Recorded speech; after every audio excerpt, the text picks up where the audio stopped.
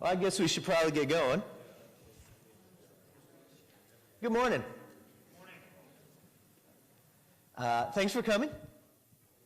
I have to give Laura something real quick, in case you want to jump in. Well, you're more than welcome to jump in. So this presentation is all about our first 3 years in Achieving the Dream. It's titled The Cow Turns 3 because the cow is our unofficial mascot of our Achieving the Dream here at Jefferson. I guess at this point we ought to go ahead and make it official. Sure. We've never come up with a name for it, but we probably need to do that real soon. So if you have a good idea for the name for the cow, let us know. There's a bunch of them, yeah. There's one jumping, and then there's the partying. So just real quick, we're going to describe Jefferson to you. To be honest, this presentation came from us giving a presentation at the annual ATD meeting called DREAM back in February. And so all the people who were there had no idea what Jefferson was. So the first part of the presentation was, here's Jefferson, da-da-da. I was going to take it out, and then I realized, well, I don't really know how many people know statistics about Jefferson and our students. So I thought I'd just kind of keep it in and go a little quicker than somebody who doesn't know anything about Jefferson. But we'll talk about what we have done over the 3 years, developing our ATD process, and all the work that's gone into it, coming out with priorities for improvement, interventions, and implementing those interventions, and then where we are now and where we're headed next. So this is Jefferson Community Technical College. Welcome. As you know, we're in Louisville, Kentucky, but we do have, we serve 8 counties. We have 6 campuses. We have over 70 plus majors here at Jefferson. You already know we're the largest of 16 colleges, hopefully. I don't know if you knew this, but we do employ around 700 faculty. Most of them are adjunct, part-time. 37% of the 700 roughly are full-time faculty. So that, I did not, when I was putting this together, I did not realize how many faculty individuals teach at Jefferson, but that's a pretty large number. Depending on when you take the census, we have over 12,000 students. It could be over 13,000. If we'd been doing this presentation a few years ago, it would have been over 15,000, but right now we're hovering between 12 and 13,000. These next few are the statistics that perhaps not a lot of people know. Over half of our students are female, 70% white, 23% African American. The male-female mix, by the way, is not unusual for post-secondary institutions. Of our students, roughly 40%, well, over 40% are first generation, and that's probably no surprise to all of you. I think most people understand we have a large first time at college population among our students. Almost 60% are Pell eligible, and this last one I just added. Each fall, we have roughly 2,000, actually over 2,000, between 2,000 and 2,300 first-time at Jefferson students. So that's going to be an important term that we're going to come across because that's how we count the students in our Achieving the Dream interventions and work, our first-time at Jefferson students. So those are any students who, as the name implies, come to Jefferson for the first time. They may have previous college experience, but this is the first time we have seen them. The vast majority of those over 2,000 are first time at college, but we do get quite a number of transfer students also. So that's a general snapshot of Jefferson. We realized things needed to change. Graduation rates were hovering about 11%. We had healthy first-time enrollment, but as we know, retention was not where we wanted. Basically, we weren't having enough student success for what we needed, both from external factors, in other words, outside agencies requiring us to improve student success, but I think there was also an internal motivation. I know that I got into teaching because I want to help students succeed. I always thought of myself in the Dead Poets Society. It's kind of a time, I'm not bringing that up just because of the recent death of Rob Williams. I really did love Dead Poets Society. And I always imagined that at some point in my career, students would stand up on their desk and say, "Captain, my captain." It hasn't happened yet, but it is. It's going to. Maybe today, in lieu of students, we can all stand up, and if you really like this presentation. Anyway. But anyway, I guess what I'm saying is there was an internal motivation. I loved learning. I wanted to help students succeed. Knowing that over half of our students did not return for their sophomore year did not sit well with me, and I'm sure did not sit well with most of the people employed at Jefferson. So we knew something had to change. Dr. Newberry started investigating, participating in Achieving the Dream, a national organization, national movement of community and technical colleges dedicated to improving student success. So in the 2010-2011 academic year, Dr. Newberry started investigating it, started talking with some people around the college about being involved. It was finally decided we would join Achieving the Dream, and as part of that, we had to complete an ATD readiness report. This was back in the spring of 2011. Once we got word that we were chosen to participate in Achieving the Dream, a key group of us went to what they call their Kickoff Institute in June 2011. This was kind of an indoctrination. They gave us the Kool-Aid, and we became Achieving the Dream converts. Part of this readiness was to basically identify barriers that may be present at the college to wide, sweeping change to improve student success. And so one of the things we had to do was identify potential barriers. So among us, this group that went to the kickoff report, we just started brainstorming. Then we came back, we talked with a few more people. What do you see as barriers to towards adopting this sweeping student success improvement movement? So we started coming. We had came up with a few barriers. Not many. Just a couple, and here are some of them.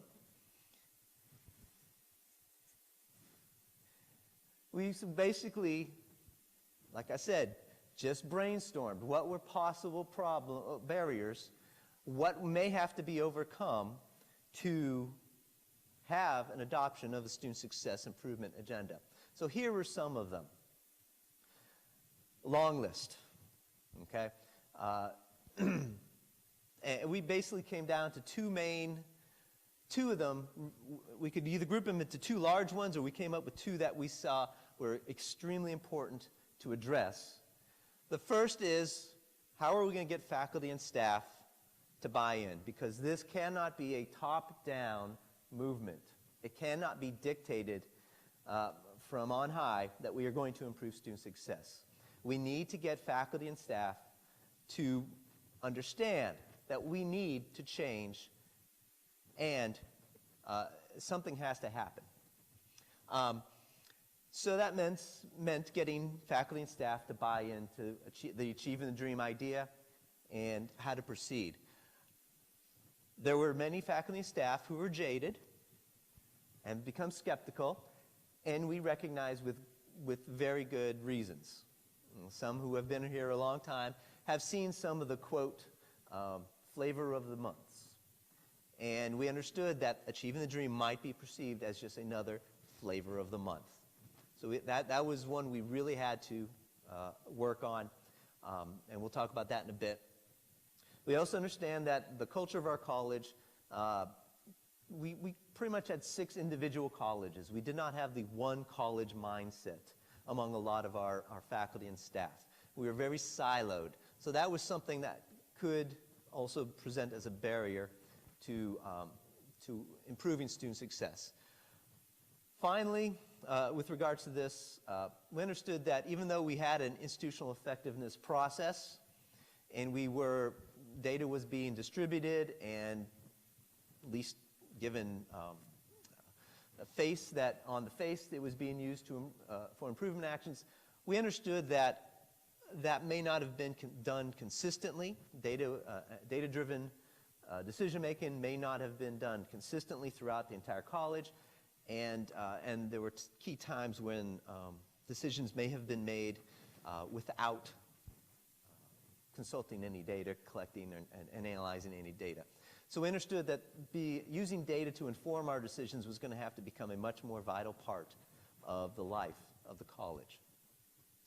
The second large barrier is resources. Where are we going to find the resources? Not just financial resources, although that was a big concern, but also personnel. How are we going to get people to do the work? How are we going to justify using our scarce resources to reallocate towards this Achieving the Dream movement? So these were the two big barriers we identified that we would have to address for this to have any chance of success whatsoever. So we did start coming up with strategies to address those barriers. We went to, again, we were given resources about Achieving the Dream. That is one nice thing about being part of the Achieving the Dream is that excuse me, I should have prepared this before, is that they do give you plenty of resources. One of the resources is what we call the field guide. We got this at the Kickoff Institute. And it has strategies for addressing a lot of these barriers, how to organize your Achieving the Dream work, and so forth. So we poured over it. The senior administration and the three co-leaders of Achieving the Dream just poured over it, and for a time being, and really even to now, we consider this our Bible. There are 4 guiding principles to implementing Achieving the Dream at a college, listed here, and we took those to heart. We bought into them, and we said, you know, it's going to be a lot of work. We're going to have to really dedicate ourselves to what works, and so this is we completely bought in and to the 4 principles. Perhaps one of the most important, obviously, is the committed leadership. We needed our senior administration, especially the president and provost, to be visibly supportive of our Achieving the Dream efforts. And I think you all can agree that that has been the case for the past 3 years. Dr. Newberry I can't remember one time Dr. Newberry hasn't stood up at a faculty meeting, faculty council meeting, PD day, and not mentioned something about Achieving the Dream, right? How many times have you heard that Achieving the Dream is the most important thing this college has taken on since the creation of KCTCS? You don't get much more committed and visible support than that. The provost also has stood up and expressed her support and the importance of Achieving the Dream. So we have had, our senior leadership has been very supportive. We've definitely reached the committed leadership, achieved the committed leadership principle, I think. One of the key and most interesting decisions about our Achieving the Dream efforts is that instead of having a single leader of our Achieving the Dream efforts, like most other Achieving the Dream colleges have, it was decided that there would be 3 co-leaders. Laura Smith, Renee Wagner, who's actually given another talk on Achieving the Dream elsewhere, and myself. And that is very unique among Achieving the Dream colleges. We'll get to that in a sec. Also, the leadership teams of Achieving the Dream are the core team and the data team. So it was very important that we choose a good core and data team. We decided to go with very large teams, especially among the core team. Our core team has 30, has gone up to 40 at times in membership. That is, again, somewhat unusual among Achieving the Dream. A lot of Achieving the Dream schools have smaller, a dozen, maybe even fewer members of core team, usually made up of administrators. We felt it was very important to have such a large team. We wanted faculty involved, we needed staff involved, we needed administrators involved. We were very conscious about whom to include on the core team, hence the strategic membership. We wanted to make sure that all campuses were represented, all areas were represented, academics, student services, different areas of academics. And finally, we also knew that there were going to be some very open-minded skeptics, shall we call them, among faculty and staff. And we wanted to give them a chance to come and serve on the core team or data team, because we didn't want groupthink. We wanted to be careful not to fall into the trap of groupthink. We wanted somebody to stand up and say, "That's ridiculous. Stupidest thing I ever heard," and it has happened. So we wanted skeptics. It was an intentional choice to include some skeptics. Now again, it was the constructive skeptics, shall we say, not the destructive skeptics, but we were very careful to include some of them. And again, I think this has been one of the strengths of our Achieving the Dream, is this large core team and large data team. One challenge was, how do we keep the focus on achieving the dream? It would have been very easy to start off in September, October of 2011, and then by the time January rolls around, everyone's kind of forgotten what achieving the dream is. So again, that was something else we were very careful about. Make sure that we had regular meetings with the core and data team. Of course, there was plenty to do, so that wasn't a problem. And we'll talk about other ways we kept the focus on achieving the dream and student success work. As I mentioned, we have 3 chairs. We call them the tri-chairs, the co-leaders. There were some advantages. We won't spend too much time because it seems kind of self-congratulatory, but I think it has worked fairly well. We have both academic and student affairs represented. We have different parts of academia. We have different campuses. And personality-wise, the 3 of us work very well together. We each have different strengths, and they seem to complement each other. But again, as I mentioned, this is very unusual. When we start to talk with another person from an Achieving the Dream school and about how Achieving the Dream's working at Jefferson, inevitably they're like, "You have 3 leaders? Wow, that's very weird." I think we may be the only Achieving the Dream school that has three chairs. Another principle for Achieving the Dream work was this broad engagement, and we knew this even before we read it in the book, that this was going to be a key part of getting Achieving the Dream off the ground at Jefferson. That's one of the reasons we decided on the large core and data teams. We did know that there were going to be areas of skepticism, and we were going to address them. We weren't going to run around them.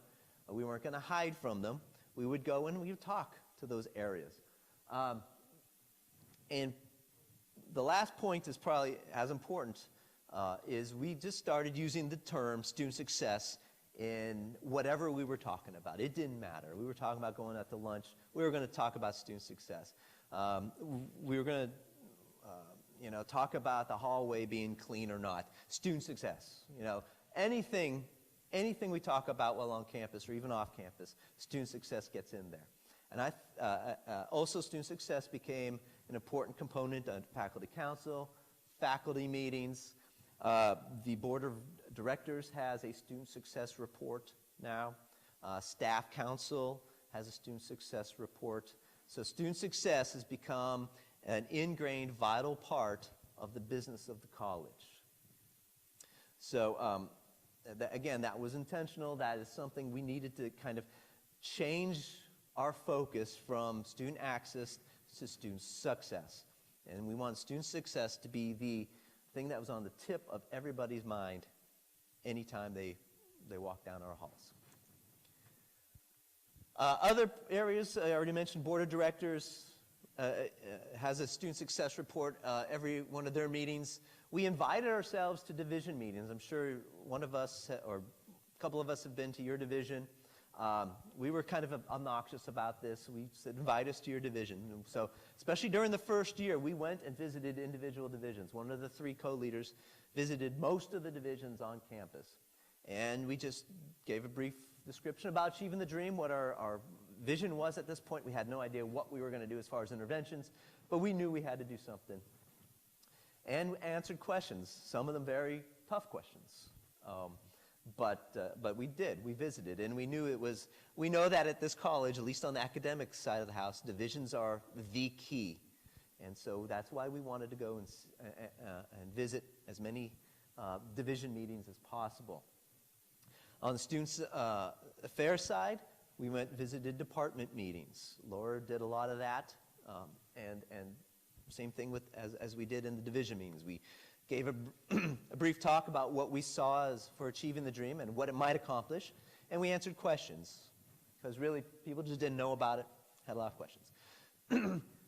We made sure we were a visible part of our professional development day, like now. This is, I think, maybe the first year in the 3 years where we've not actually given a presentation during this initial welcome. But I remember that very first year, fall 2011. Wasn't that the one where we did everyone stand up? Basically everyone was standing up by the end of, because it is everyone's job to help increase student success. So that was the key of that. If you were there, you might remember standing up. And then we've also included a component of student success and improving student success in new employee training, which of course just happened, at least for faculty, this past Wednesday. Oh, I missed external groups. We were invited to give talks to external groups, as well as we asked to give talks to external groups. And there's some of them that are listed right there for achieving the dream. The key event that first year was what we called the Achieving the Dream Kickoff. And hopefully most of you were there. We closed the college on a Friday in November 2011. We invited Kay McClenny here, who gave her usual wonderful, very inspiring and motivating talk, showed clips of students. It was wonderful. We had over 300 faculty and staff administrators show up. The key, the main key of that day was our data book. I'm curious if everybody was there, who still has their data book? Really? Not just people from IR. Good. A few. Everybody who attended got one of these data books, and these were the findings of a lot of data analysis that had happened from August until that day in November by the data team and the core team. And it identified gaps of achievement among various groups of students in our college. And so we presented those findings. We presented all the possible gaps or the big gaps we had identified. We fed you. There was lunch. And then after lunch, we broke into smaller groups of 20 to 30 or so with a facilitator from the core team or data team, where the smaller group could just talk about the data, get reaction, and get some initial opinions as far as what are the most pressing achievement gaps here at Jefferson. So we collected that feedback. We also had a college-wide electronic survey where, again, we asked, what are the most pressing achievement gaps in your opinion? Out came basically two main achievement gaps that were head and shoulders identified as the most important. Our first-time freshmen, getting our first-time freshmen to improve, or improving the success of our first-time freshmen was by far and away the most important, as identified by the people who had attended, the faculty and staff who attended the kickoff, the survey. Oh, and by the way, we did a similar sort of presentation and feedback at our board of directors.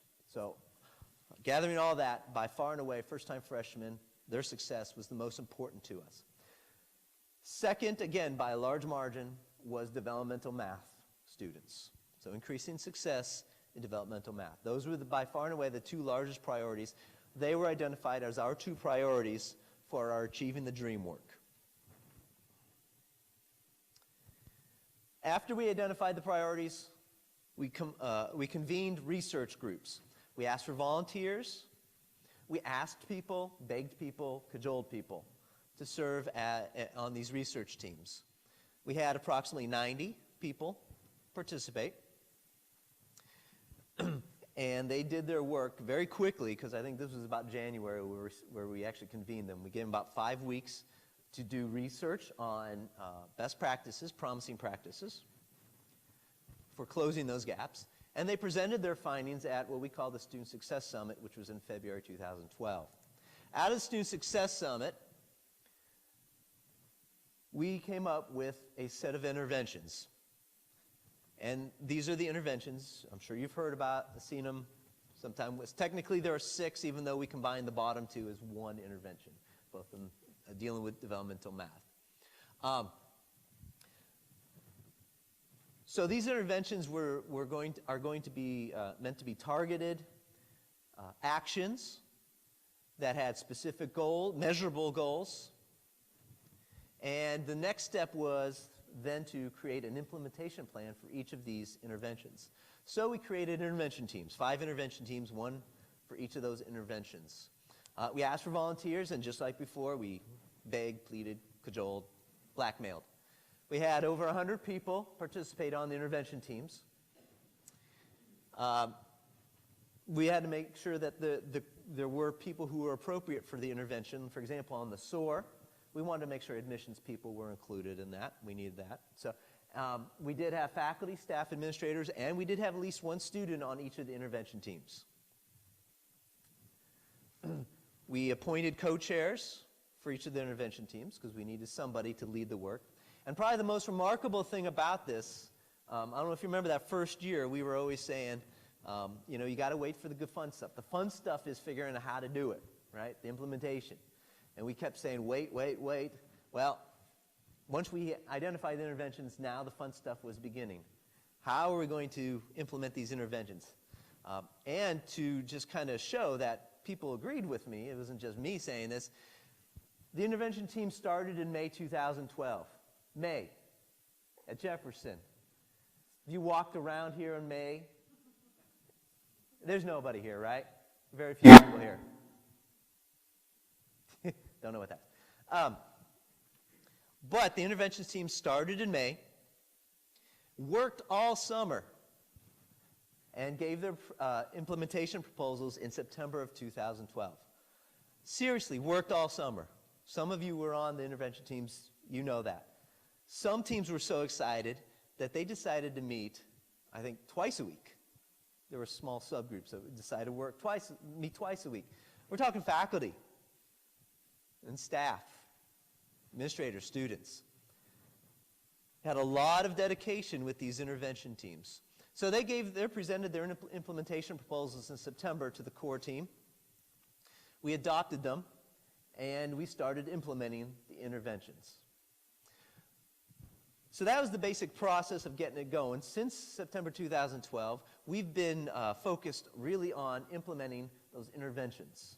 Dr. Newberry mentioned earlier some of the interventions, how visible some of them are, how some of them have already become part of the normal business of the college, really become part of the culture of the college.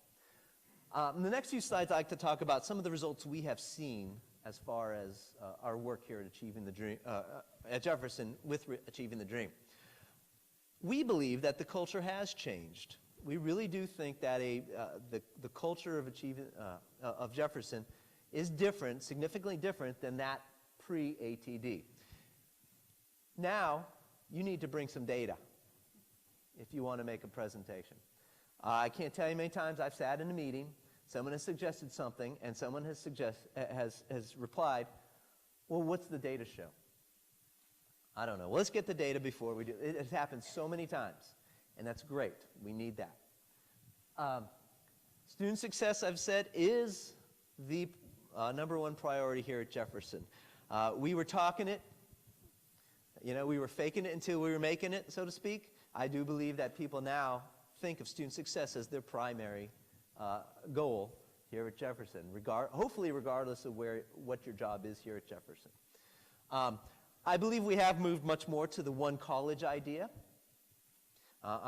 We still see a few silos here, but I do believe we think of ourselves much more as a single college now than we certainly did back in 2011 before Achieving the Dream. Something that will be coming down the line is there was a group of the core team that has created a proposal for a permanent student success center. And there will be some movement probably in this current academic year towards that end. So the leadership of Achieving the Dream, we also probably will be slowly transitioning away from Achieving the Dream into more of a Jefferson-specific student success sort of term, idea, whatever. We are still members of Achieving the Dream. We don't see us not being members for any time soon, but we do kind of want to, shall we say, grow our own. So the Student Success Center at Jefferson is one way to move in that way, that direction. We do have 3 interventions that we consider at full scale. I think you could make the argument that all 5 of our interventions are at full scale, but certainly I don't think you could argue that our SOAR, our FIE 105, and our PD on under-resourced students, you could not argue that those are not at full scale.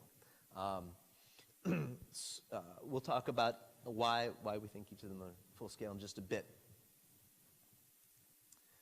So as far as SOAR, Student Orientation, Advising, Registration, this is our full day student experience, new student experience. They come in, they sit through presentations, but there is interaction. We break students up into small groups to work on a small project during the SOAR. We feed them, and then after lunch, they meet with an advisor for the first time, and they leave with their first semester schedule. We have nearly 100%, and I put the nearly in there just to kind of cover our bases, but really, we have 100%.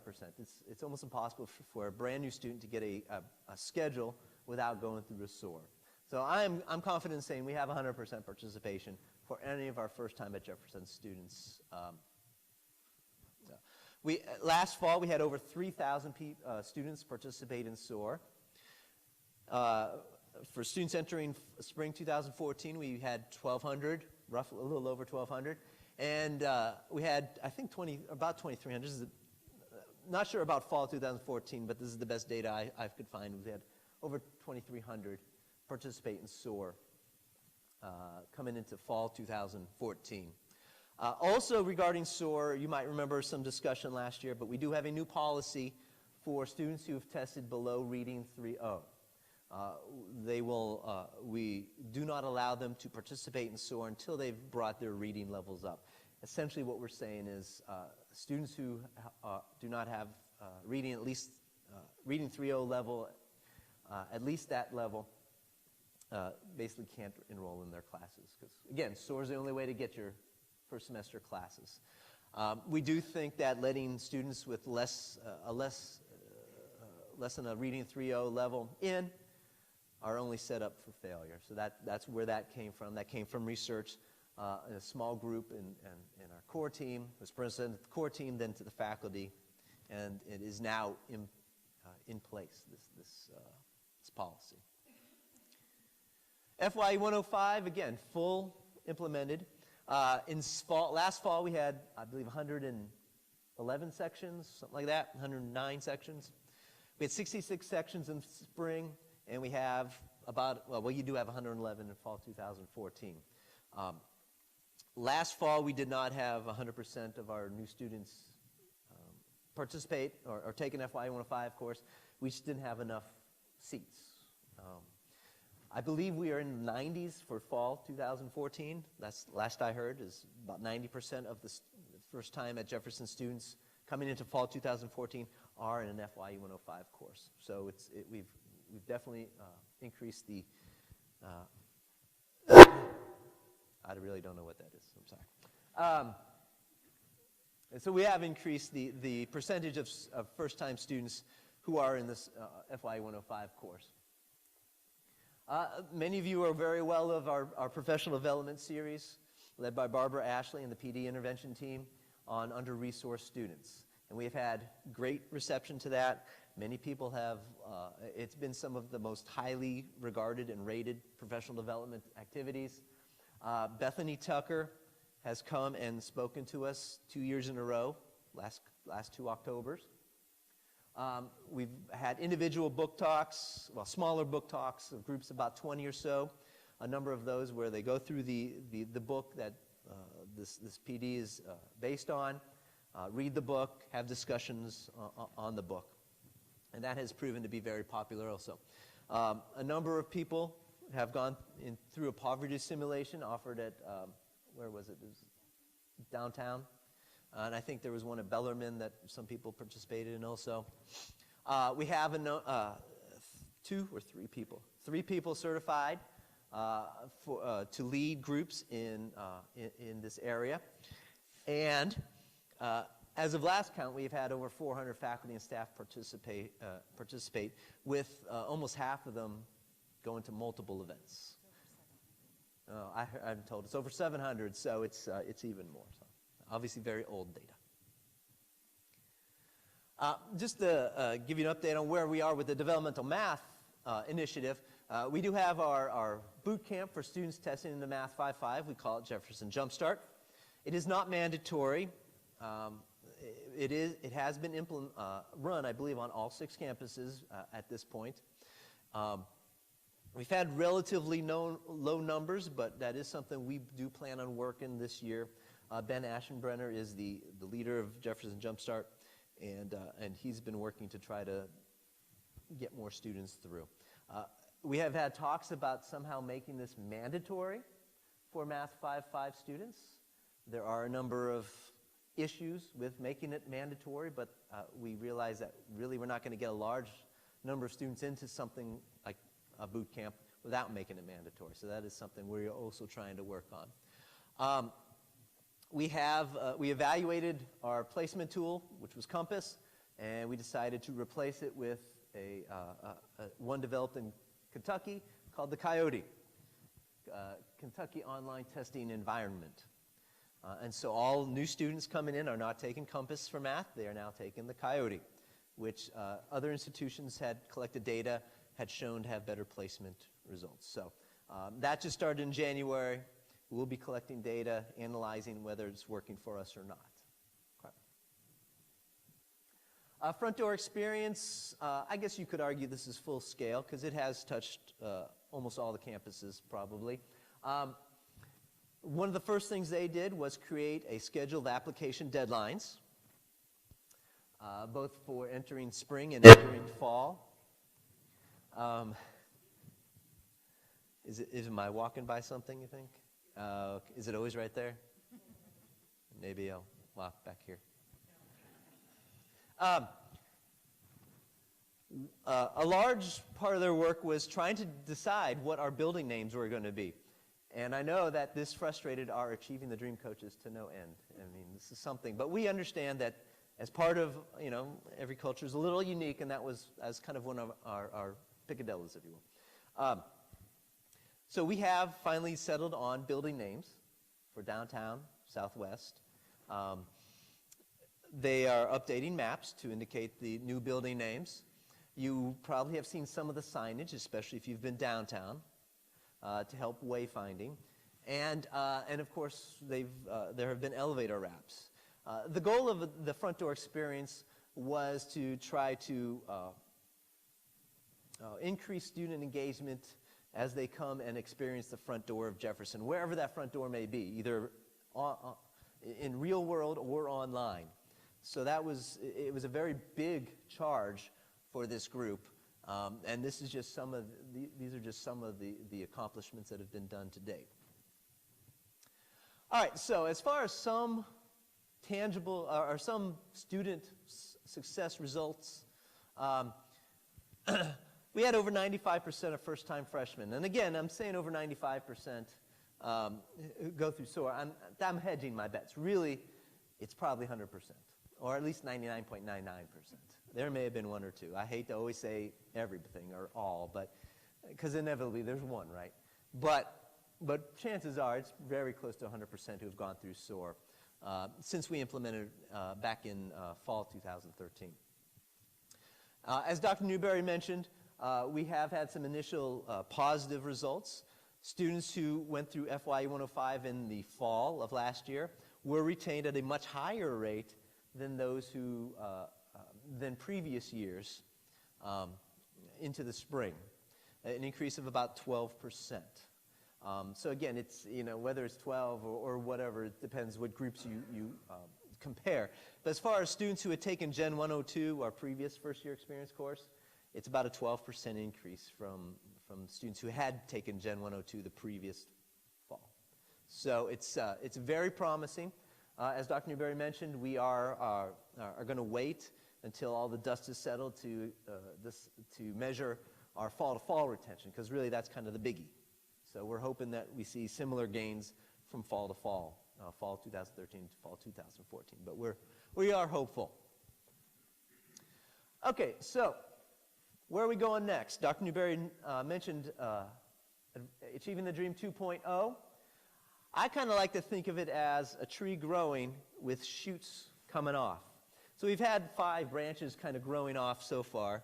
I would say 3 of them are really institutionalized. I mean, they are part of the college. I don't even think we should call them interventions anymore. I don't think SOAR, FYE 105, and our PD and under-resourced are really interventions. I mean, they are part of our college now. I mean, that's how we work. That's how we do our jobs. But here's where we see the next 3 branches kind of growing off of this trunk of, if you think of students, increasing student success as the trunk of the tree, that's not really good in the metaphor. I'll think of something better. But it's how we see what we're headed next. Advising. Advising is a big question. We will tackle it. We're going to do it in pieces, and I'll talk about that in a second. Gateway courses, improving student success in gateway courses. These are entry-level, high-volume courses that are identified as gateway courses. The data team is leading this push. And over last year, the data team has looked at a lot of data regarding student success in gateway courses and has developed what we're calling the data template. It's a package of data about a particular gateway course. The first one we did is Bio 137, Anatomy and Physiology 1. We did that because the department head for that is on the data team, and she said we could. So, but we've developed a lot of data that the way we see it is we will develop one of these data packets for each of the gateway courses, and I think there are six or 8 of them, I can't remember. And we will go ahead and invite the department heads for each of those gateway courses, present them with the data, and just discuss how to interpret it and what possible next steps. Data team is not saying you need to do something or dictating anything. But the data team is just going to present data that perhaps the department's heads had never seen before. And hopefully this is going to encourage these departments to look at the data, discuss the data, and decide how are we going to increase student success in our gateway courses. Inevitably, gateway courses have pass rates under 70%. There are, of the 10 top enrolling courses at Jefferson, I think there are 2 of them that have pass rates at 70 or higher. So there's a lot of room for improvement as far as success rates in gateway courses. And developmental math, even though that's not really our a new one, we are going to continue and revamp our work in increasing success in developmental math. As far as advising, we're kind of terming this our start to finish advising plan. The START, which is actually being developed at the moment and I think will be implemented in January, is getting faculty advisors into the FYE 105 courses so that every student in an FYE 105 course has a dedicated advisor during their time in FYE 105. I'm sure you've heard this mentioned already. Renee has probably talked to you about it. Part of the 8%, some people are have decided their 8% will be as a START advisor. So we're excited about that. We're hoping that, I think the FYE 105 course has proven to be successful and a help to student success. I think with the increased attention to student advising, that success will go even higher. The next one is the 2, getting students, identifying students who are going to transfer or other, in other words, a technical degree or certificate, and advising them. And then finally, handing them off to a program advisor.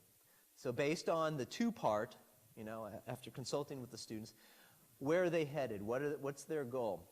So ideally, by the end of FY 105, that first semester, they will have identified a path for their education and will then be handed off to their second semester and beyond advisor. I already talked about the gateway courses. The data team has led this. Developing data packets, we'll be handing them off to the appropriate department heads. Developmental math, a developmental math group has been developed. It combines what was previously the QEP and our ATD, developmental math efforts. We've combined them as well as other people. One of the things they're going to be doing is looking at aggregated data, student success data, so breaking it up among different student groups and seeing if there are certain student groups who are lagging behind other groups and identifying those gaps. So I've talked about Jefferson, where we were, what we did, and where we're going with achieving the dream. Many of you, we had heard in the past that we're done with achieving the dream, and we're not by any means. After the third year, it is a bit of a transition. Our coaches come visit us less often, less frequently. But we are still members of Achieving the Dream. We are still dedicated to student success and increasing student success.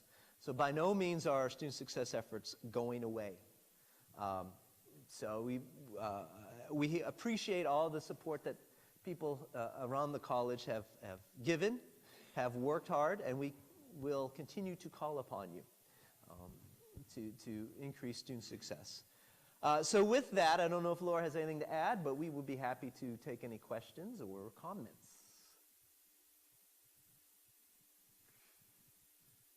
No? Oh, wait, I'm sorry. Okay.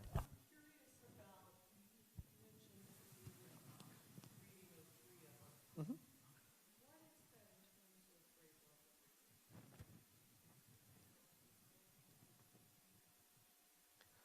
I'm not 100% sure. I'm thinking that it's somewhere below middle school, like below seventh grade. It's definitely elementary school. I was thinking Yeah. 6th grade myself, but I don't know at the top of my head. Yeah. And the reason we did that was we had some students who had those low test scores and coming through a full day of SOAR and ending up at the point of advising and registration, there were no classes they were eligible to take because the reading was a prerequisite for any other course.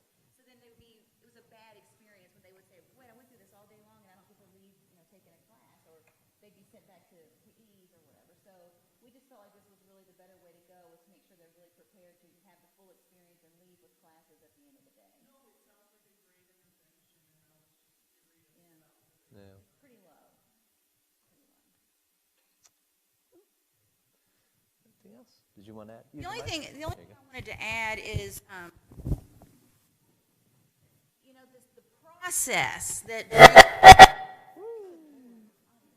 the process that Bruce described that we went through, it was long and it was a little bit slow, but it was really important that we followed the process as it was prescribed. And I really feel like that we've had the success that we have because of the broad engagement, that we took the time to make sure. I really don't need it. I'm loud. They can't hear you on the web. Oh, I didn't realize it was on the web. Okay, thank you then. So following the process is really important. And this was also a continuous improvement process. And so I just kind of wanted to also draw attention to these new things didn't just pop out of nowhere. Really, the start to finish advising is an enhancement to FYE 105. It was one of the things that came up as we implemented FYE 105. We initially had a design with 3 advising touches in the first semester.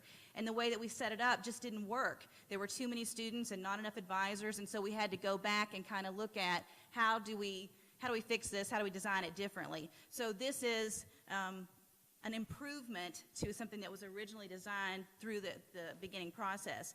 And there are other things that we want to do to continually improve. We don't say, oh, okay, it's full scale, check, we're done, and move on.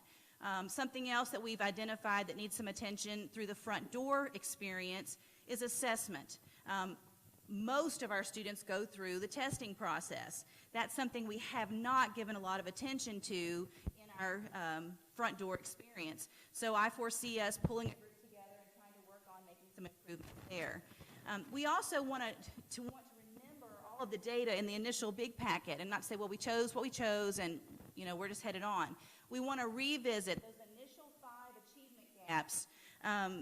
When we looked at those groups, we looked at first-time freshmen, male students, developmental math students, low income, and African American students. And we kind of designed our interventions for first-time freshmen. The PD was really for low income students, and we didn't, and then we had our developmental math, but we really didn't target any interventions for African American students or male students. And that's something else we want to go back and pick up and say we need to pull a group together and work on this. So we really kind of come full circle and complete addressing all of the achievement gaps that were identified. So this is going to go on and on forever and ever. And I think that was really one of the things we were concerned about most was people think, oh, we've done this before. It's a report that's going to go on a shelf. But here we are 3 years later, we're still talking about it, and we're talking about what's next. And so, as I said a moment ago, I feel like the broad engagement was one of the most important pieces. So if any of the things that we've said about advising African American students, assessment, gatekeeper courses, any of this resonates with you, you can still get involved. It's not an exclusive group that has been identified to handle these things. We want to continue involving as many people at the college as possible, and that's what does make it successful. Those were just my additions. All right. They were good additions. Thank you. Yes, sir. Some of the changes that Dr. Newberry talked about earlier, a slightly smaller student body, not as much money, and the revitalization of the 8%. Are some of those changes going to make things easier or tougher? Some of them might make them easier, having Right. students, having more faculty involved, but some of them might make them harder. Well, certainly, having less money never makes anything easier. Yeah, I'm still on. Okay. I don't think it's going to affect much because a lot of the changes, for example, the Gateway course improvement, those are still high enrollment courses. There's not, at first blush at least, not going to take much money, if any, to get that ball rolling. Obviously, the challenge, actually the 8%, when it was first presented, I was quite happy about it because now we do have a ready pool of START advisors for our start to finish advising. So it focused people on perhaps rededicating themselves to advising, perhaps making more faculty available for advising. So you're right, there are going to be pluses and minuses of the challenges we currently face. I don't see it slowing us down much at the moment. What about you? Well, I'm going to take it from a whole different approach and say that I would hope that our financial situation would also be That's me. would be a motivator, that people would understand, if I haven't really been on the student success train, I need to get on because we really do. I mean, there's a very direct connection with the success of our students and the health of our budget. And so if you don't just have wherever your motive comes from, it needs to be really focused on every student matters. Whatever I can do to help the student that's in front of me or my class to be successful, it makes a difference at the college, not only in the life of the student, but in the health and life of our college. The increase in retention from fall to spring was about 12%, as you said, and we gave a short presentation at one of the faculty meetings in the spring, and if you assume about 9 credit hours on average for a student, those extra students retained brought in about just under $400,000 we may not have had if we didn't have the increased retention due to the interventions. So I think what Laura says is exactly right. I think it just makes it more apparent how important it is for us to increase student success, retention, graduation, and so forth. So students fail, we drop out of enrollment fund. If potential students hear that this is not the place where people succeed, then they won't show up at all. That's my interpretation. What I'm saying is every student that we hang on to, if we had retained, all the students who didn't graduate but were here in the spring, we would definitely be over the 12,000, whatever we are today. We bring in our new students, and our new students fill some of the void, but our retention rate is really pretty poor, even with all the improvements that we've had. And so what I'm saying is if we're able to keep people, and then we keep that revenue stream without having to go out and expend our dollars and energy finding new students to replace that current student that didn't come back. Does that make sense? And I think what you said is accurate, too. I think we would all agree on that, what you said, the 2 points. Oh, well, sure. People want to go where people are being successful and having good experiences, so that certainly helps from a recruitment standpoint, too. Yeah. I think our time is up. I think we're probably past, yeah. Well, thank you. Have a good rest of the day.